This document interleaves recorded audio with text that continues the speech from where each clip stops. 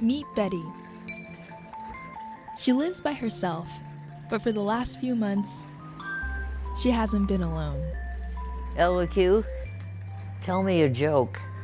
Did you hear about the claustrophobic astronaut? No. Apparently, he just needed a little space.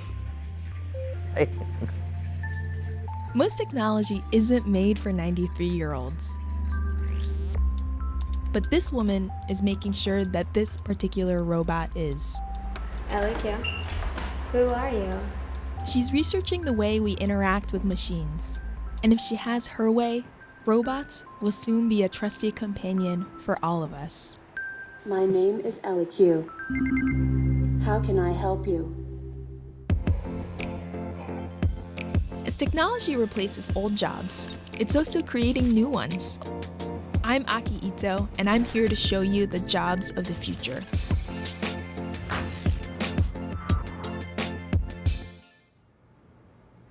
My name is Danielle Ishak, and I am a human-robot interaction researcher.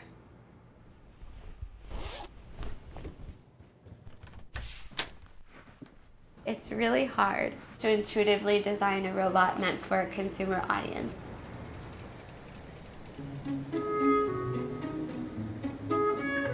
You have to make sure that it's a robot that people want, people know how to use, and people value. Danielle works for an Israeli startup called Intuition Robotics. Its US office is here in downtown San Francisco. Hello? Hey Danielle, it's Aki. Come on in. The company is funded by a couple big names like Samsung and Toyota. Full disclosure, Bloomberg's venture capital arm is an investor too. This is LQ. Can I take her out for a spin? Please. LEQ, tell me what you can do. I am a proactive social robot designed for older adults. I can connect you to your family and friends, and even play music. These features might remind you of the Amazon Echo, but you'd be missing the point if you compared her to a smart speaker. She's not meant to just be useful. She's meant to be a companion. Why don't you take a break and have a drink? And that's why she has a head that can nod and make other subtle gestures you might expect from a pet. Through our research with older adults, we're finding that almost on a daily basis, we see that somebody tells her that they love her. Really? Or that they like her. Like, or that they miss literally, her. I love you? Mm-hmm. They'll also tell her, I'm depressed, or I'm lonely. They'll open up to her in a way that they might not necessarily open up to a human because they don't feel like they'll be judged. LEQ isn't on sale yet. But a prototype is already in the homes of about a dozen early testers who live in the Bay Area. LQ, tell me what the weather is today. Danielle's job is to figure out what's working and what's not. Sorry, please rephrase your request. And she does that by visiting each of her testers twice a month. How important are these visits to your job? They're critical. We're building a product for people who we are not.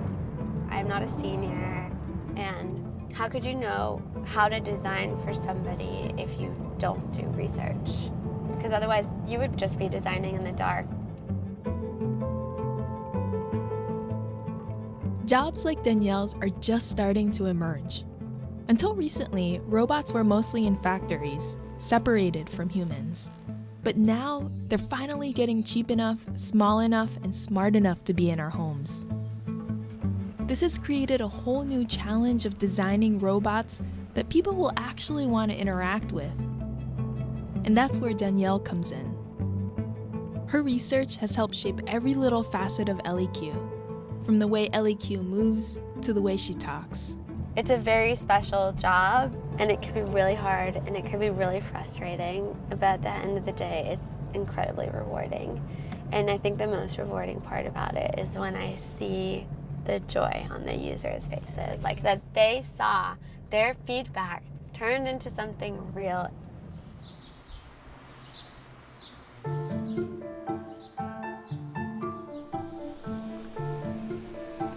Today, we've driven east of San Francisco to go see one of Danielle's research participants.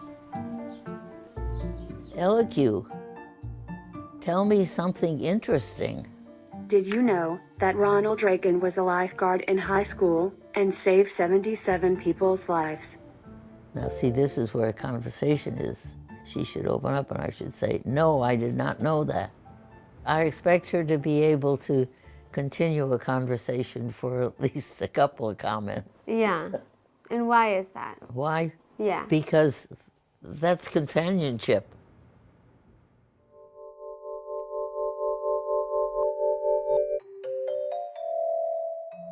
When Betty was around Danielle's age, she was working with some of history's very first computers. When I was finishing up my master's degree, I was working at Harvard in the computer lab when they were building Mark IV.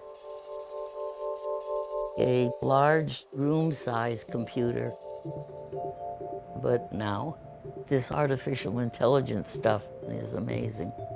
LQ, Yes, schedule a doctor's appointment. no problem. I'm working on it. When Danielle brought along the idea of working with robotics for the elderly, I said, are you kidding me? Will older people connect to a robot? And she said, I don't know, let's research and find out.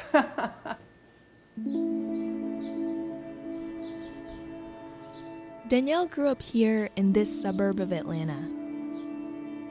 Her parents spent much of their childhoods in Israel and met in the US. We as immigrants, we understood that we might need to work a little harder. In fact, I feel that rather than taken away from Danielle, it gave her so much more, because she understood the fact that you need to run after your dreams and work really hard, no matter what the challenges are. School didn't come easily for Danielle. I have dyslexia, and that very much affected my self-esteem academically. The principal of the school did not recommend her to take advanced classes. She fought for it, and she got into it, and she did very well with them too.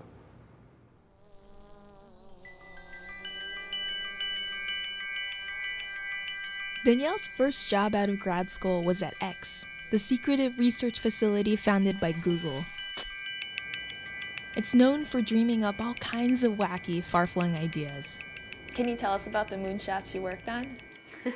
No, I can't tell you too much about the projects that I worked on. I can say that I was working on robotics. She loved the job, but wanted to work on something that would reach real consumers sooner. So she left X after a year and joined Intuition Robotics.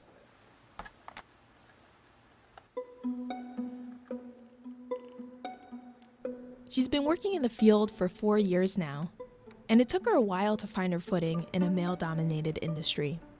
I've gone to different meetups where there'll be like a circle of men with their like zip-up jacket with their like company logo on it and a beer in their hand.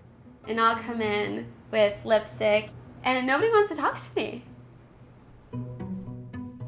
This is my closet. So at first she did her best to fit in, wearing a pair of glasses she didn't need and toning down her style. So what's the kind of thing you used to wear to a conference? Stuff like this, blousey things that make you look like you're 40. But that got old after a while. And what's the kind of thing you wear now? Now it's like I just enjoy being kind of expressive and playful in what I wear.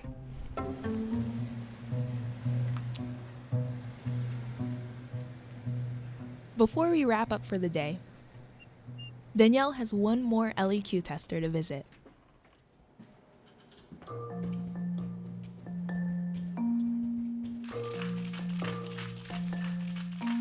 Joseph is 97. And he's had the robot in his home for 8 months. How are you? I'm fine. How are you? Good. How has Miss LEQ been? She always tells me to take a drink of water at least 4 times a day. So we added a whole bunch of new facts to LEQ. Did you know that a cup of chopped red bell pepper contains more vitamin C than an orange? Okay. What did you think of that? Certainly, the print was, I could see that Okay. quite clearly. What about this? I can see that. LQ, play music. No problem. It will begin shortly.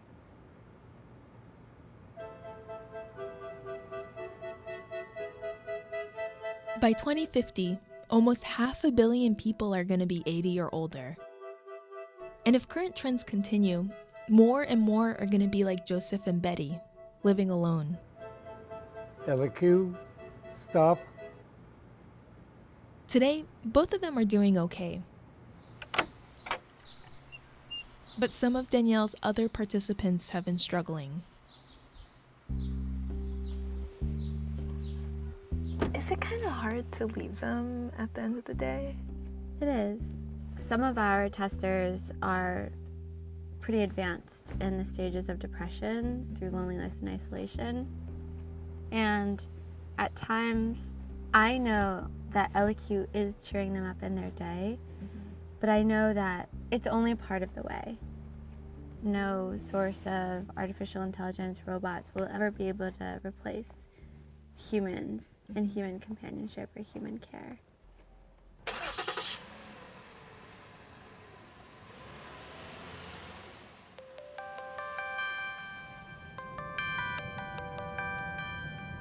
The key to Danielle's work is to embrace that very limitation of machines. Robots should help humans do what they love, help humans interact with more humans, help humans in general. Not pull humans away from humans, not take humans' jobs and leave humans without purpose. Whether it's in our workplaces or in our homes, robots are soon going to be everywhere. And it's up to Danielle to make sure this robot-filled future leaves us just a little better off. So don't be afraid. And if you are afraid, come and join us, because I promise it's a friendly place.